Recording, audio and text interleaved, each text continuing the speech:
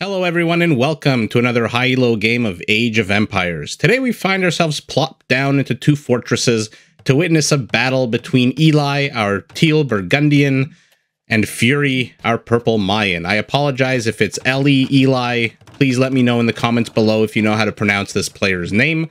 But in the meantime, while the players gather their herdables and try to go up to feudal as fast as possible, let's take a look at their respective civs.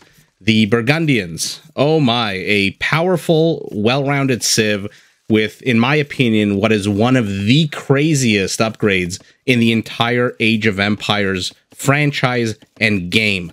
Now, before I get into that, economically, they are a powerhouse. One age early, they can get economic upgrades. So, economic upgrades, to repeat, are available one age earlier and cost 40% less food. If our Burgundian player goes for relics, every relic he collects also gives him food, and eventually, if he upgrades, farmers like these can generate gold in addition to food. Now, militarily, any techs in the stable are 50% cheaper. Gunpowder units have an attack bonus of, I believe, 25%, and one of the coolest features, Cavaliers are available in Castle Age, as opposed to in Imperial. Now, this map fortress does come with a castle already built inside a player's base, but on a general random 1v1 map, once you get your castle up, you do have access to the two unique units of the Burgundians. The first, the Custelier, medium-level cavalry with what's called a quote-unquote charge attack. What that means, every 40 seconds, the Custelier gets a plus 20 added to its attack, and if it's an elite, a plus 25. I'll repeat that, a plus 20 and a plus 25.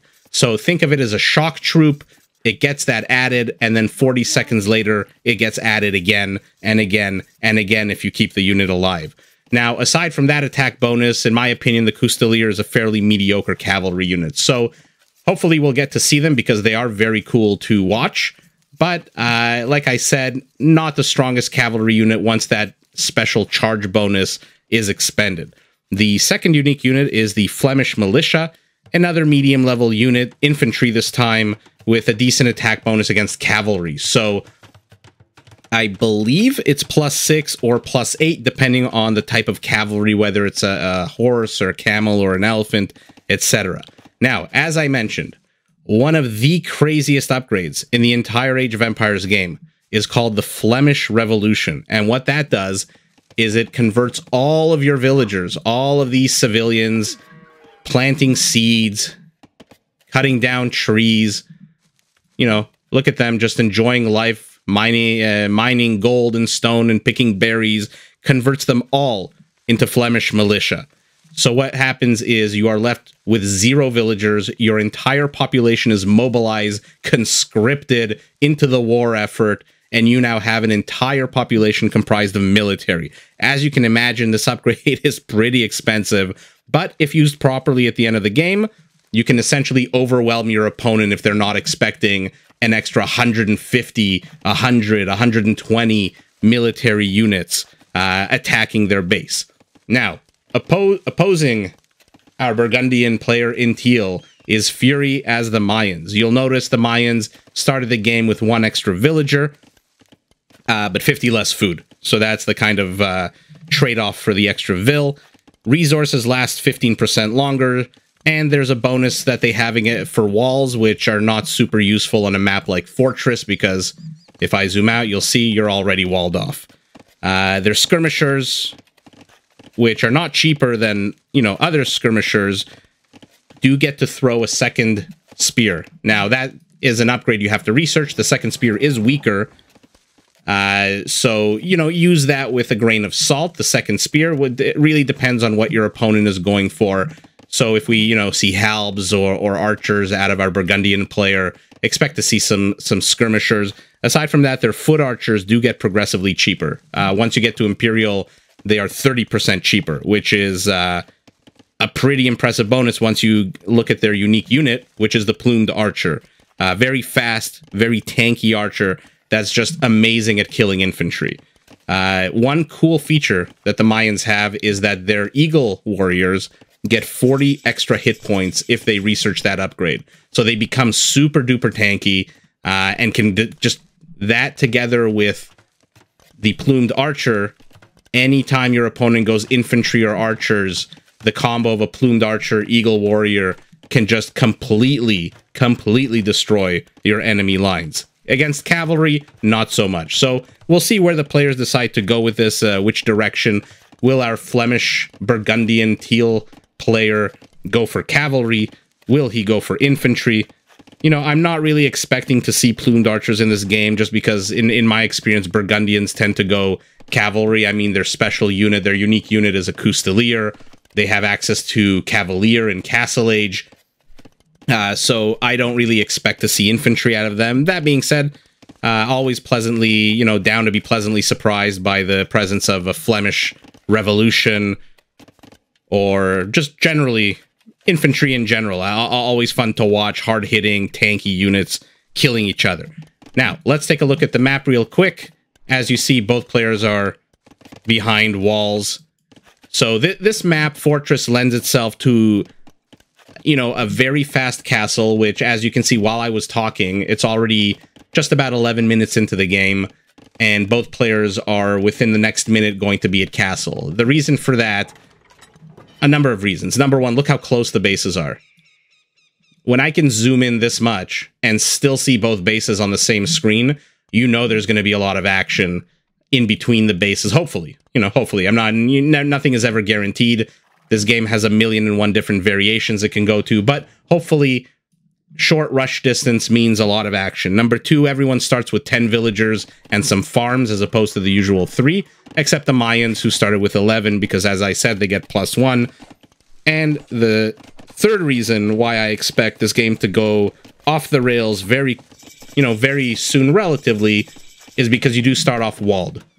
So your opponents are not going to send any kind of feudal raids. You're not going to see spearmen or scout cavalry trying to attack the inside of your base, unless you're playing a player who's quite feisty or is feisty in playing the Cumans, which, you know, have access to rams in the feudal age, which other civs don't. One last thing I'll mention about Fortress is everyone starts with 4 towers in their base. Now, the towers can be placed nicely like this one in the forward position, or this one even in the forward position, or they can be placed horseshit like these ones in the back. Look at these towers. I mean, what is this one protecting against? Aliens invading from off of the map? That being said, if our Teal Burgundian tries to do a reach around from the north or from the south, I guess these towers are there to spot it and potentially deal with it. So let's take a look at our players. Both of them are now in castle. Both of them are expanding their economies. We've got 3 town centers down for our purple Mayan player. Woodline, and original. And we've got our second town center just finishing. This is an unfortunate placement for the town center. Just like this one, in my opinion. You know, when you play a map like Arena, for example, there's a lot more wood, a lot more forest, trees, etc. on the map. Here you have to settle for these smaller clumps. How much wood is here? 2,400 wood, not that much. So you have to, you know, you take what you get. Another town center going kind of in the back of the base. And here we go. Relics starting to be collected. Will the Eagles let this? No, they obviously do not let that monk get away with it. And no, okay, I was wrong. We're going to see plumed. Look how fast they move. 1.2 speed. Very fun to watch them. So let's see the directions that the players go. For now, both of them sitting at roughly the same villager count. Burgundian player with 37 going up to 39. And our purple Mayan at 38 going up to 40. So almost identical. Oh, this monk has to be careful. They can snipe him and run away super quickly, but the monk wisely garrisons inside the watchtower.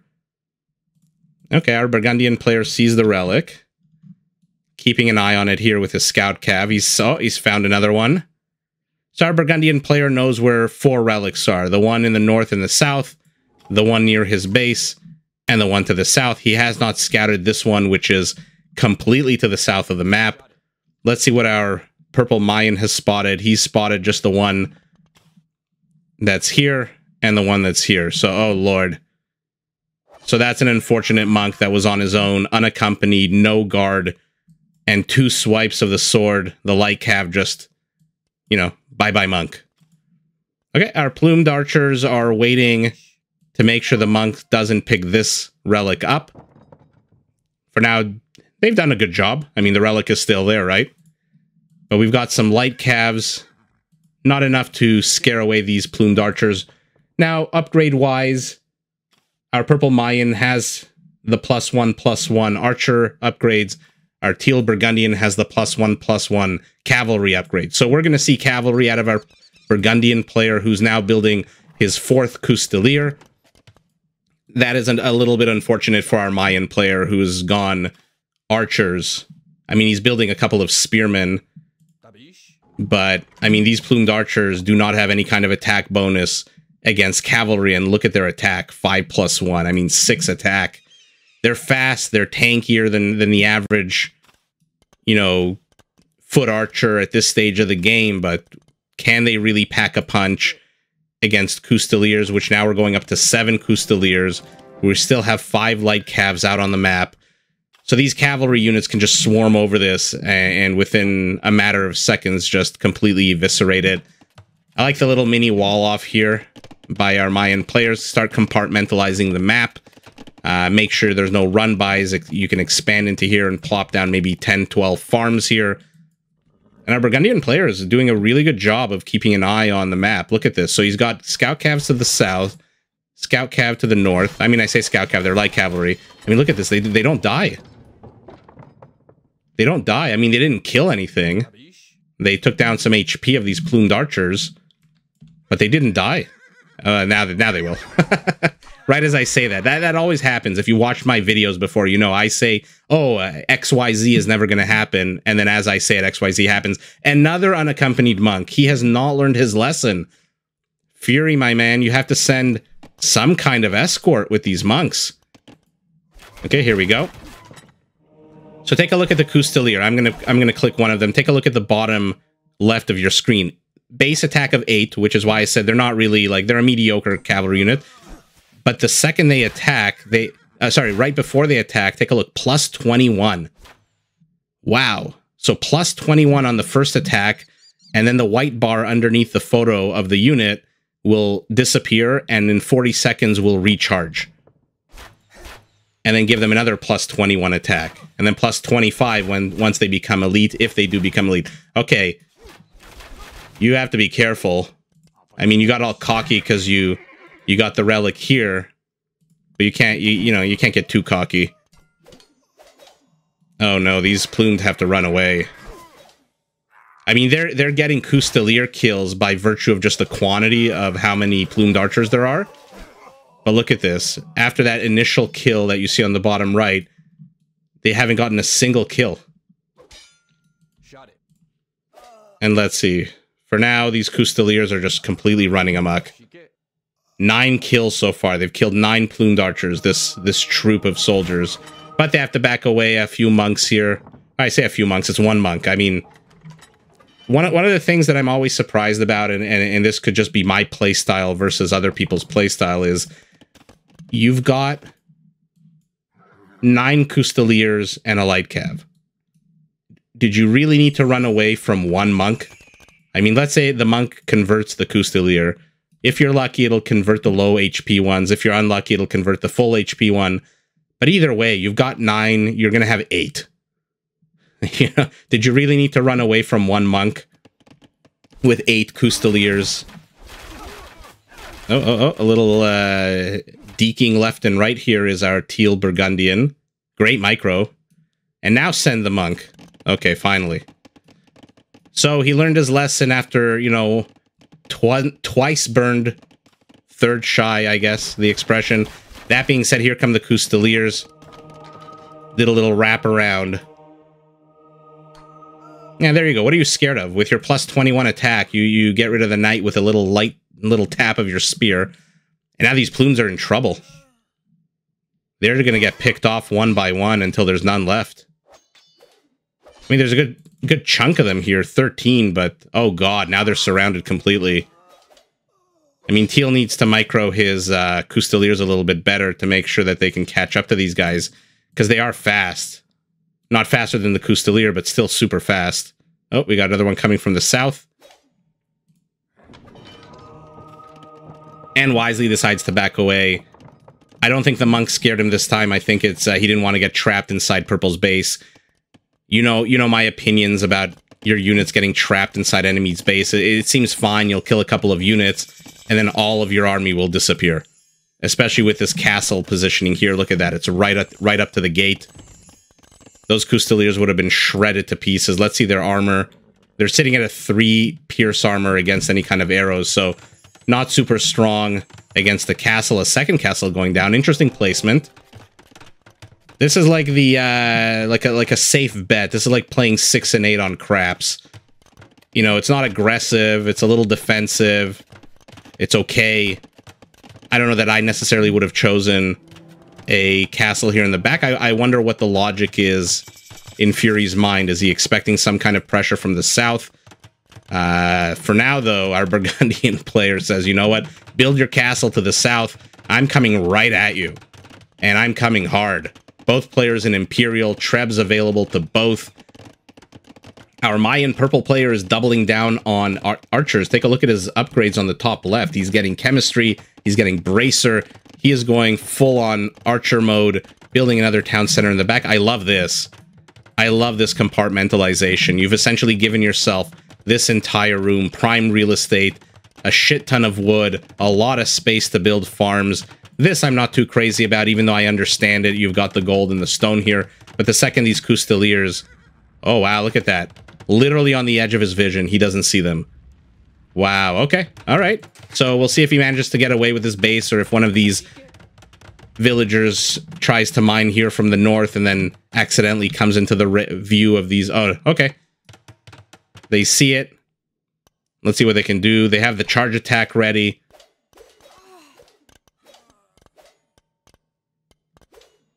Two villagers so far. Probably a third. Yeah. I mean, you can garrison these, right?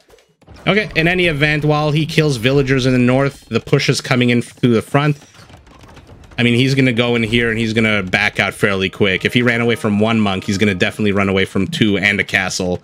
Sends the light cav. I think thought he could have sniped the monk, but that castle and this kind of mini wall off here are enough to shoo him away. That's amazing. He's still defending this relic. Now he's discovered this one. One monk going to get it. Let's see how many relics he's collected so far. All 3 that have been collected out on the map. Okay.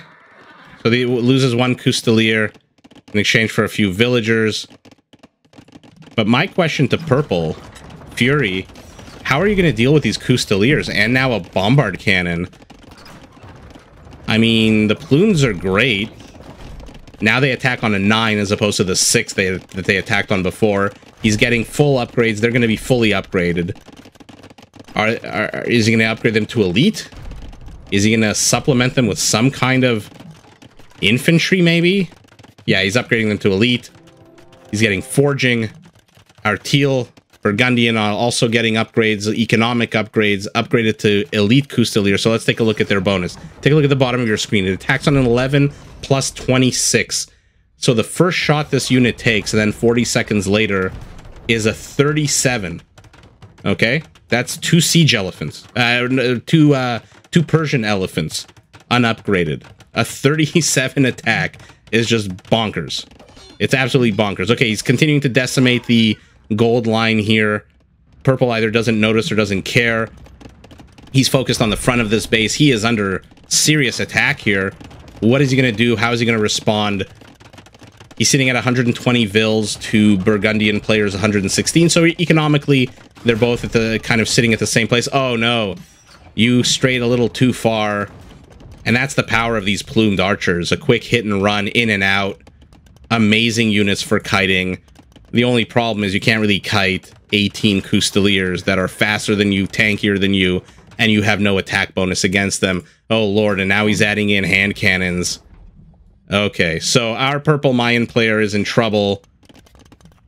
He outranges the hand cannons by 1, but look at the positioning of teal. Okay. our man Ellie is super aggressive. So a castle to the north, not 1 or 2 villagers to build it, but an entire township has vacated, has come to the front. 19 villagers are here to build this castle. There's already a castle to the south. He is stealing all of the resources that purple could have taken had purple expanded outwards as opposed to expanding inwards by building this castle and this town center. I mean, I get it.